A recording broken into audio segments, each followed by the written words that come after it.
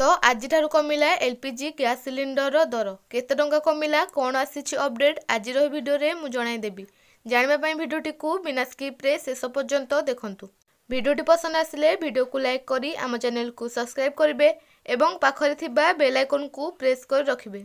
नुआ वर्ष पूर्व साधारण लोकमानक पई उपहार भेटी देइछंती सरकार। आज सस्तारे एलपीजी गैस सिलिंडर पाइबे ग्राहक माने। राजधानी ठारू पाटना पर्यंत विभिन्न राज्य रे एबे कम मूल्य रे ग्राहक माने एलपीजी सिलिंडर पाई परिबे।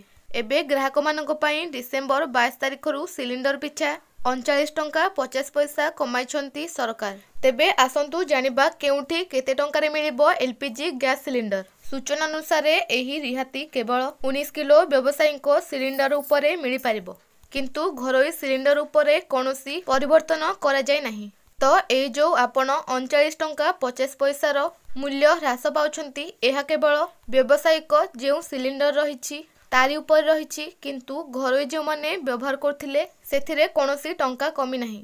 मूल्य ह्रास परे आज ठारू दिल्ली रे इंडियन कमर्शियल सिलिंडर 1757 टंका रे ग्राहक माने पाई परिबे। एहा पूर्वरु एलपीजी सिलिंडर मूल्य 1796 टंका 50 पैसा रहिथिला। कोलकाता रे एही सिलिंडर 1908 टंका रु 1868 टंका 50 पैसा को ह्रास पाइछि। सेहीपरि मुंबई सहर रे मध्य काली पर्यंत सिलिंडर मूल्य 1749 टंका रहिथिबा बेले आज ठारू एहा 1710 टंका रे बिक्री हेबो।